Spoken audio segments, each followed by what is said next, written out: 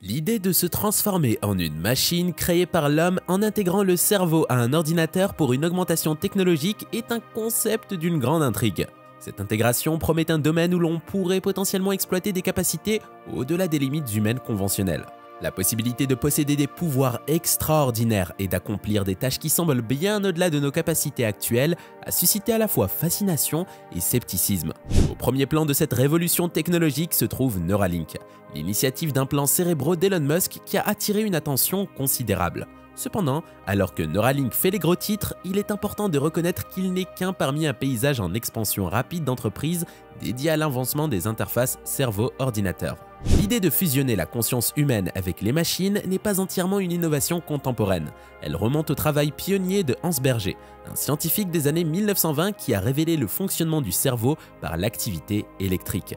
Les découvertes de Berger ont conduit à la création de l'électroencéphalogramme ou EEG, un domaine qui étudie les signaux électriques du cerveau, décrivant essentiellement les pensées et les actions humaines comme des manifestations de courants électriques circulant dans le cerveau. Cette compréhension a suscité une réalisation selon laquelle notre essence même, nos pensées, nos émotions et nos souvenirs ne sont que le résultat d'une interaction complexe d'impulsions électriques à l'intérieur de notre cerveau. Cette prise de conscience, associée à la détérioration graduelle de nos corps physiques, a potentiellement contribué à un sentiment de grande anxiété répandu ces derniers temps.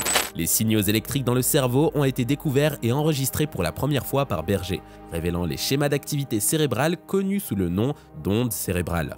Dans les années 1920, en utilisant des fils d'argent reliés à un électromètre, Berger a observé ces impulsions électriques, indiquant l'activité cérébrale. La technologie a considérablement évolué depuis lors, permettant des méthodes plus sophistiquées pour étudier les signaux cérébraux sans détailler l'histoire des procédures invasives. L'objectif principal demeure l'obtention d'enregistrements clairs de l'activité électrique du cerveau. L'évolution de l'interface cerveau-ordinateur ou BCI a pris de l'ampleur à mesure que la puissance informatique rattrapait les capacités cérébrales à la fin des années 1990. Contrairement aux méthodes antérieures impliquant des fils, le BCI moderne consiste en une chirurgie non invasive pour implanter directement, sans connexion d'électrodes dans le cerveau, contournant les couches externes. Cette approche marque un changement significatif par rapport aux méthodes antérieures plus intrusives. La possibilité d'utiliser un réseau UTA permet la fixation de jusqu'à 100 petites broches sur un petit carré métallique. Chaque broche est reliée à un fil de cuivre fin à l'arrière du réseau et est insérée directement dans le cortex cérébral. La couche supérieure du cerveau, ce dispositif facilite l'enregistrement clair des impulsions électriques se produisant dans la région cérébrale spécifique où l'implant est placé. Le cortex cérébral abrite de nombreux neurones, des cellules responsables de la transmission et de la réception de signaux électriques dans le cerveau. Sa structure plissée permet une grande densité de neurones.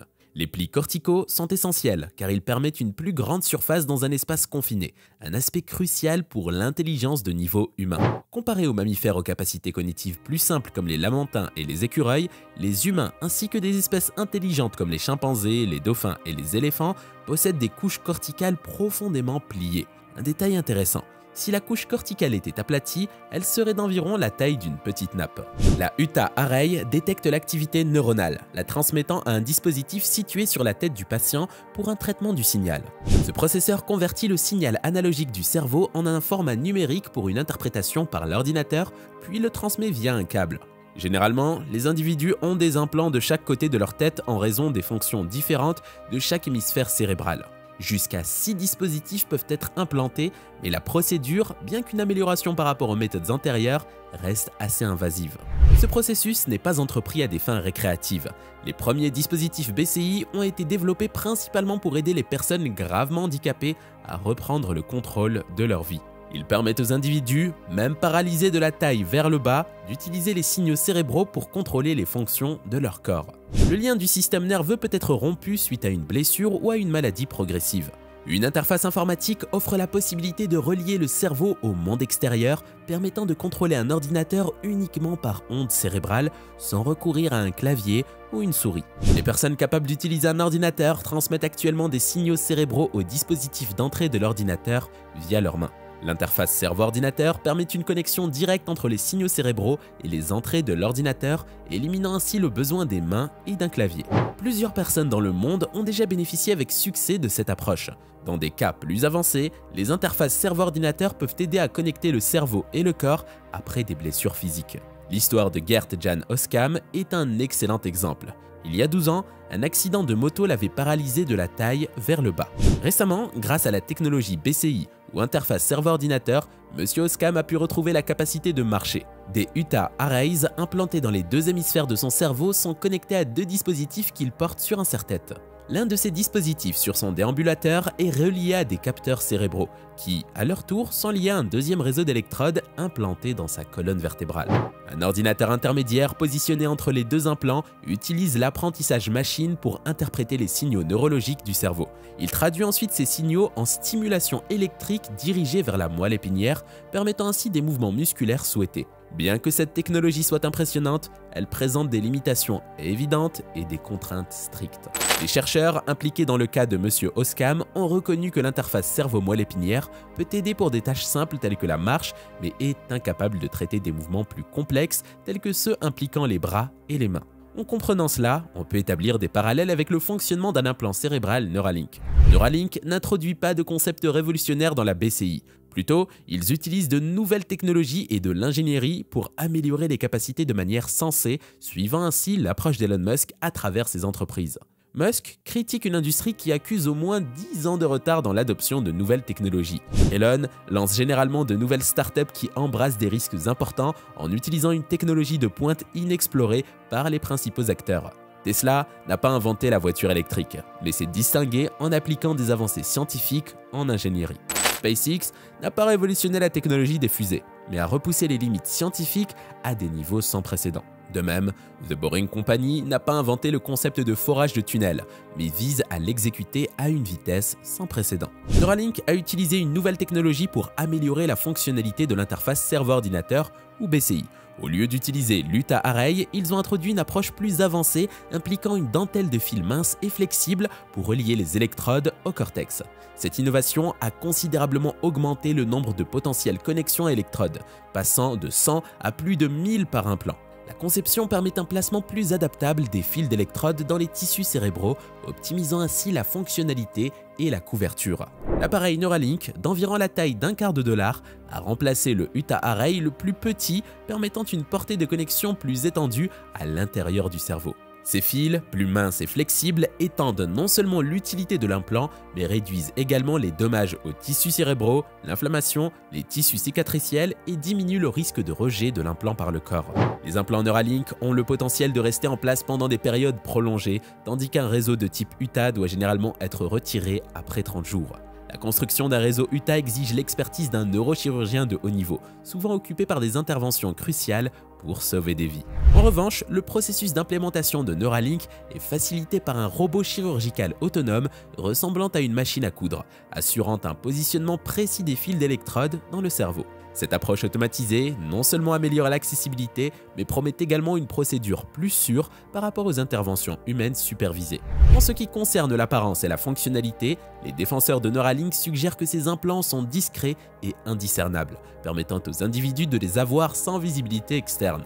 En revanche, les bénéficiaires du réseau Utah présentent souvent des signes visibles d'implants cérébraux. L'innovation de Neuralink marque un bond significatif, remplaçant l'encombrant dispositif de traitement du signal par une technologie avancée de micropuces en silicium. Fabriquée par les principaux fabricants de puces au monde, cette micropuce de pointe a été minutieusement réduite à seulement 3 nanomètres.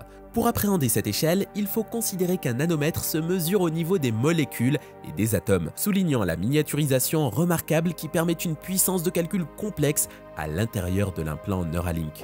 Le passage d'un appareil de traitement du signal encombrant à la micropuce en silicium raffiné est une avancée capitale, offrant non seulement un design esthétiquement plus plaisant, mais permettant également aux patients d'utiliser leur appareil Neuralink sans l'encombrement des fils et des casques. De plus, l'intégration de connexions sans fil Bluetooth à la place des câbles traditionnels simplifie l'expérience utilisateur, similaire à la familiarité des connexions sans fil des écouteurs. La perspective de cette technologie semble effectivement prometteuse, soulevant des questions sur la possibilité d'une chirurgie cérébrale généralisée pour implémenter de tels implants BCI ou interface cerveau-ordinateur. Bien que l'attrait de cette technologie soit indéniable, la décision de subir une chirurgie cérébrale invasive pour ces implants devrait être un choix soigneusement réfléchi, réservé aux personnes ayant une véritable nécessité médicale. Même si le jour arrive où Neuralink devient plus largement disponible et modérément abordable, la prudence quant aux risques impliqués dans toute forme de chirurgie cérébrale reste cruciale.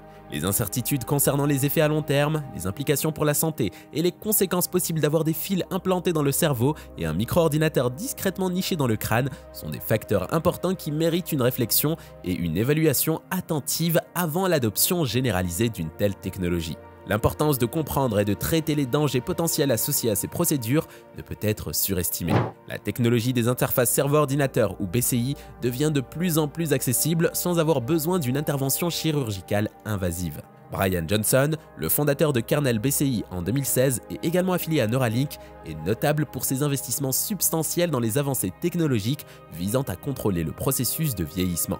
Bien qu'il y ait eu des préoccupations récentes concernant le comportement de Johnson, Kernel fonctionne comme une entreprise réputée et distincte dans le domaine des BCI. Son approche unique se différencie de Neuralink en adoptant un casque BCI non invasif au lieu des procédures chirurgicales invasives couramment associées à l'interface cerveau-ordinateur.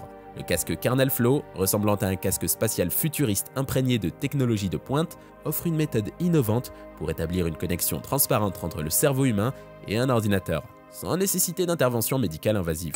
Et vous, qu'en pensez-vous? Dites-le nous dans l'espace des commentaires. Et avant de se quitter, n'oubliez pas de vous inscrire à notre newsletter pour rester à l'affût des dernières découvertes. Chaque semaine, nous partageons avec vous les dernières découvertes en sciences, espace et technologie directement dans votre boîte mail. C'est simple, rapide et c'est le meilleur moyen de ne rien manquer des avancées qui façonnent notre monde. Le lien est dans la description. Merci et à très bientôt sur une prochaine vidéo.